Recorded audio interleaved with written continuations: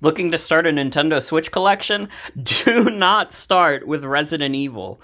This is the Resident Evil triple pack, which contains RE4, 5, and 6, kind of. So on the cartridge is Resident Evil 4, but as you can see in the game case, RE5 and 6 are both download codes.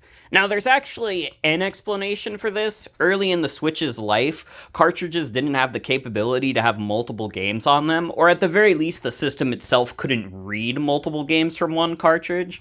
So, a lot of the times, these multi-pack releases, one game was on the cart, and then the rest were download codes. That's why the Mega Man Legacy collections were like that. That's why the other Resident Evil collections were like that. They also did a collection that contains Resident Evil 1 and Resident Evil 0.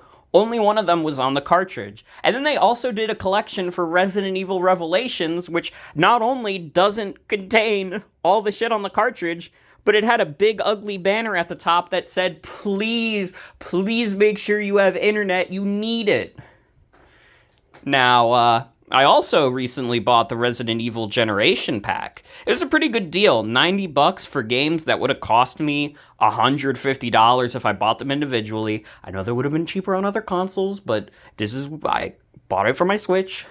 But $90 for these 3 games, not a bad deal. But, as you can see right at the bottom, these are all game keycard releases. Now, I thought for Resident Evil Requiem, this would have been necessary because Requiem on PC is over 70 gigabytes. But Capcom was able to compress it down to 30 gigs.